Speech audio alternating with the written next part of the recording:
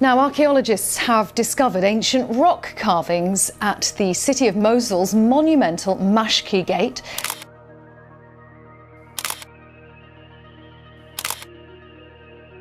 When scientists opened King Solomon's tomb after 3,000 years, what they encountered inside terrified the whole world.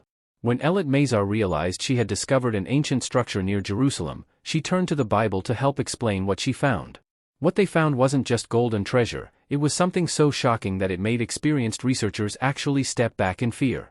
We get most interesting finds all the time because it's a very focused, important area of Jerusalem, of ancient Jerusalem. The moment they opened that ancient burial chamber, they realized that everything historians believed about the past might be completely wrong. They learned that this new discovery supports the biblical accounts of King David and his son Solomon. This is the incredible story of how King Solomon's tomb was finally discovered, and why what scientists encountered inside left the whole world terrified.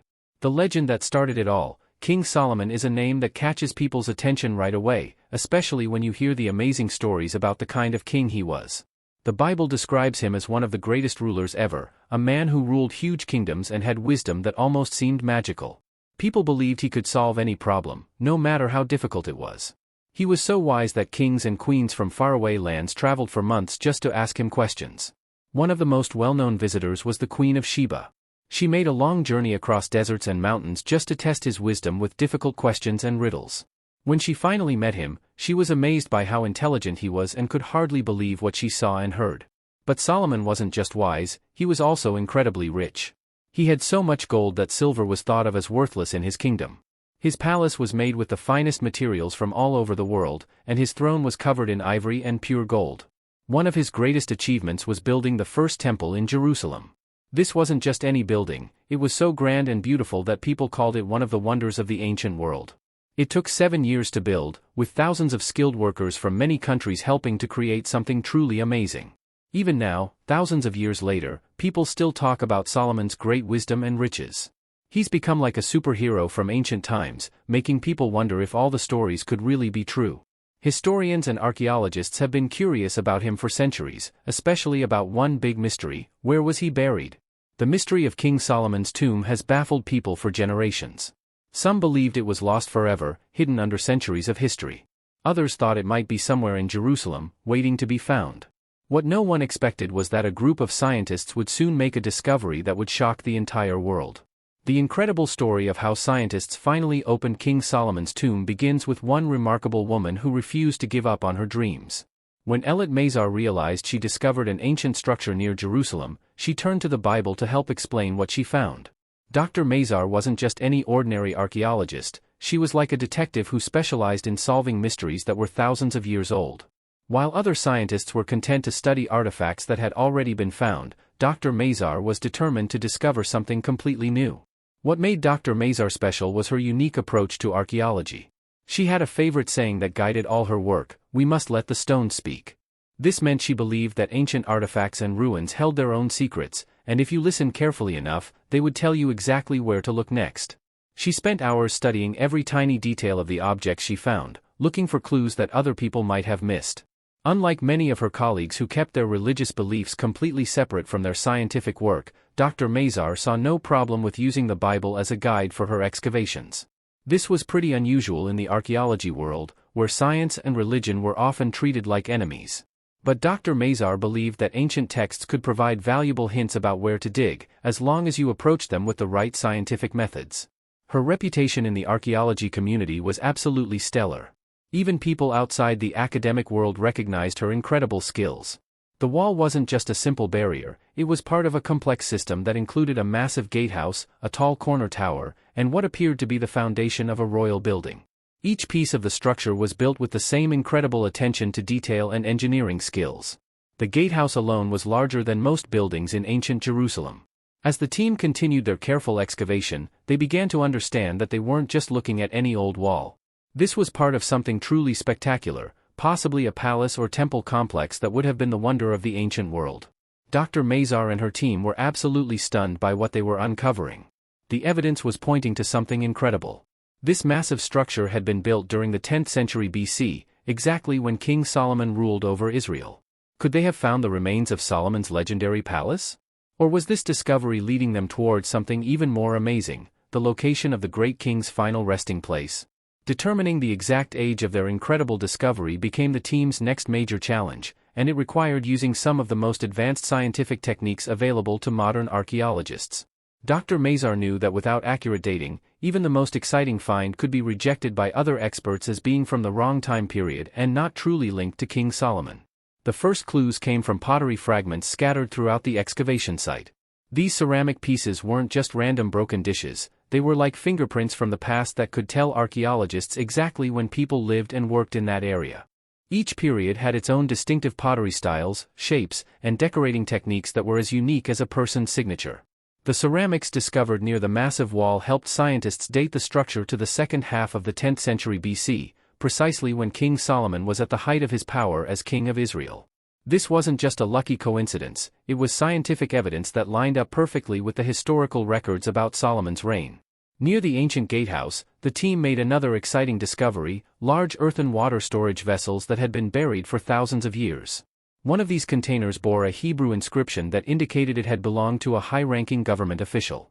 This was incredible evidence that the site had been used by important people during Solomon's time. The team also uncovered jar handles with Hebrew inscriptions that mentioned the king and included various biblical names. These weren't just random scratches in the clay, they were official seals and markings that showed the site had been connected to the royal government during Solomon's reign. Each inscription added more evidence and helped confirm the importance of the discovery. To be completely certain about the age of their discovery, Dr. Mazar's team used radiocarbon dating on organic materials found at the site. This method measures how much carbon-14 has broken down in once living things to determine how old they are. The results backed up what the pottery and inscriptions had already shown. The findings all dated back to the time of King Solomon. The evidence kept adding up. Every scientific test, every artifact, and every piece of pottery pointed to the same conclusion: they had uncovered a structure from the time of the famous King Solomon. But the most surprising discovery was still yet to come. The City of Secrets, the area where Dr. Mazar was making her incredible discoveries, wasn't just any random spot in Jerusalem. It was the ancient city of David, considered by historians to be the oldest and most important part of the Holy City. This remarkable place, also known by its Arabic name Wadi Hilwa, was like an enormous outdoor museum filled with secrets from thousands of years ago. According to historical records, this was where King David, Solomon's famous father, first established his capital after conquering Jerusalem from the Jebusites, who had lived there before the Israelites arrived. David chose this location carefully because it was naturally protected by steep valleys on three sides, making it nearly impossible for enemies to attack successfully. For over 200 years, this small area was the entire city of Jerusalem. Everyone who lived in the capital, from the king and his family to merchants, soldiers, and ordinary citizens, lived within the boundaries of what we now call the City of David. It was here that the most important decisions about the kingdom were made, where the royal treasury was kept, and where the greatest kings of Israel lived and ruled. Walking through the City of David today is like taking a journey through time. Every layer of soil contains artifacts from different periods of history, creating a timeline that archaeologists can read like pages in a book. From the Bronze Age through the Iron Age and beyond, each civilization that lived there left behind clues about their daily lives, their beliefs, and their achievements. One of the most amazing discoveries ever made in the City of David was the Siloam Tunnel, an incredible engineering feat that most people also call Hezekiah's Tunnel. This underground waterway was carved through solid rock to bring fresh water from a spring outside the city walls directly into the heart of Jerusalem. The tunnel was essential for survival during times of war when enemies might cut off the city's water supply.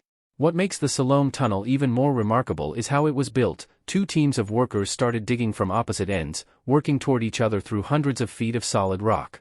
When they finally met in the middle, their tunnels lined up almost perfectly, an incredible achievement for ancient engineers who didn't have modern surveying equipment. Scientists used to believe that King Hezekiah built this tunnel, but recent archaeological evidence suggests it might be much older than previously thought. Some experts now think it could have been built during Solomon's time. The City of David was also home to royal palaces, government buildings, and religious sites that served the entire kingdom of Israel. As Dr. Mazar continued her excavations, she began to realize that the massive structure her team had uncovered might be connected to the most important building of all, King Solomon's final resting place. The search intensifies. For decades before Dr. Mazar's breakthrough discovery, archaeologists had faced an incredibly frustrating problem. they simply couldn't find any royal tombs belonging to King Solomon or the other kings who ruled Israel after him. This absence of royal burial sites baffled historians and led some skeptics to question whether these legendary rulers had ever existed at all. There were several possible explanations for why these important tombs seemed to have vanished without a trace. The city of David covered a huge area, and much of it had never been properly excavated by modern archaeologists using scientific methods. The royal burial sites might still be hidden somewhere, waiting for the right team to discover them. Another possibility was that the constant warfare and destruction that Jerusalem had experienced over thousands of years had damaged or completely destroyed the ancient tombs. The city had been conquered, rebuilt, and conquered again dozens of times throughout history. Each new civilization had been built on top of the ruins of the previous one, potentially burying or demolishing earlier structures. The search for Solomon's tomb was made even more difficult by political and religious sensitivities surrounding Jerusalem's most holy sites. Many of the areas where archaeologists suspected the tomb might be located were considered sacred by different religious groups, making it nearly impossible to get permission for extensive excavations before Dr. Mazar began her work. Many historians believe that King Solomon's final resting place was probably hidden somewhere beneath the Temple Mount, one of the most religiously significant locations in the world. Muslims call this area the Haram al-Sharif or Noble Sanctuary, and they believe it was the place where the Prophet Muhammad began his miraculous night journey to heaven. The Temple Mount had an incredibly complex and violent history that made archaeological investigation almost impossible. Everyone from ancient Jebusites to Roman legions to Crusader knights to Ottoman Turks had fought for control of this small but supremely important piece of land. Each group that conquered Jerusalem left its mark on the Temple Mount, building new structures and often destroying what came before. The religious authorities who controlled the Temple Mount were understandably protective of the site and generally opposed to archaeological excavations that might disturb what they considered sacred ground. This meant that even if Solomon's tomb was located beneath the Temple Mount, archaeologists would probably never be allowed to search for it.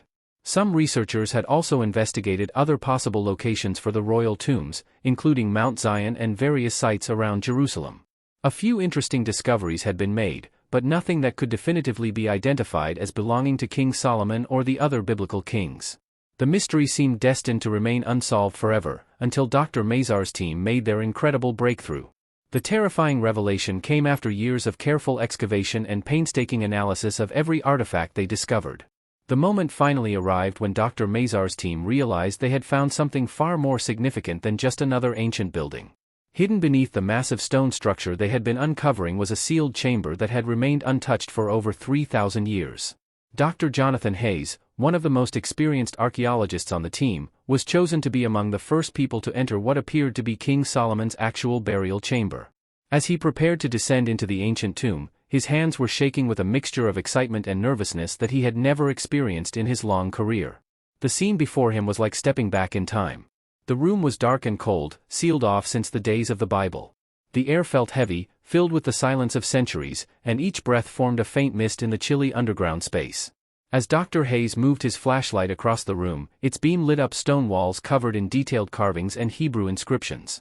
These details hadn't been seen by human eyes in thousands of years. As his eyes adjusted to the dim light, Dr. Hayes began to see the outline of what looked like a human figure lying in the center of the chamber. The body was surprisingly well preserved, dressed in robes that had once been grand but were now faded with time. Scattered around the figure were objects that sparkled under the flashlight: gold, silver, and precious stones, buried alongside the ancient king. But what truly made Dr. Hayes and his colleagues step back in fear wasn't just finding the legendary King Solomon's remains. Surrounding the burial site were dozens of scrolls and clay tablets covered in writing that historians had thought were lost forever. These weren't ordinary documents. They contained information that could completely change how we understand ancient history. One scroll in particular caught Dr. Hayes's attention. It was in remarkably good condition, as if it had been protected by some kind of ancient preservation technique that modern science couldn't explain. As he carefully unrolled a small section, he could see that it contained detailed writings in Solomon's own hand.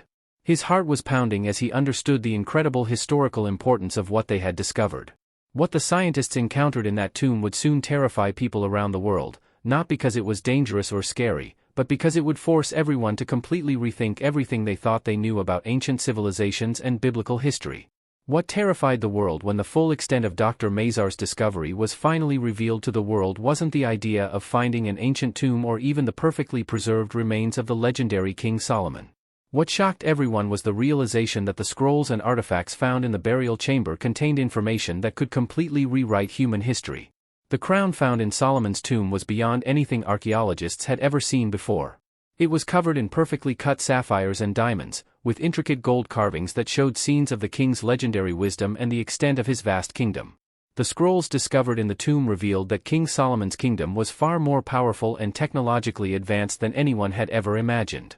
The scrolls contained detailed blueprints for buildings, machines, and transportation systems that were far more advanced than anything historians believed existed in Solomon's era. But the most terrifying discovery of all was a set of stone tablets that appeared to contain the complete architectural plans for Solomon's temple. These weren't just artistic representations, they were detailed engineering drawings that showed construction techniques and design principles that modern architects still struggle to understand. The plans revealed that the famous temple was built using mathematical and engineering concepts that weren't supposed to be discovered until much later in human history. When news of these discoveries reached the outside world, historians, archaeologists, and scientists around the globe were forced to confront a shocking possibility: everything we thought we knew about the development of human civilization might be completely wrong. This discovery proved that legendary figures like King Solomon weren't just characters from old stories, but real people whose knowledge and power extended far beyond what modern historians had ever believed possible. The scrolls, artifacts, and technological evidence found in that ancient burial chamber suggested that our ancestors were far more advanced and internationally connected than we ever imagined. So what do you think about this incredible discovery that's forcing scientists to rewrite history books? Do you believe there are more ancient secrets waiting to be discovered that could change everything we know about the past? Let us know your thoughts in the comments below. Thanks for watching and catch you next time.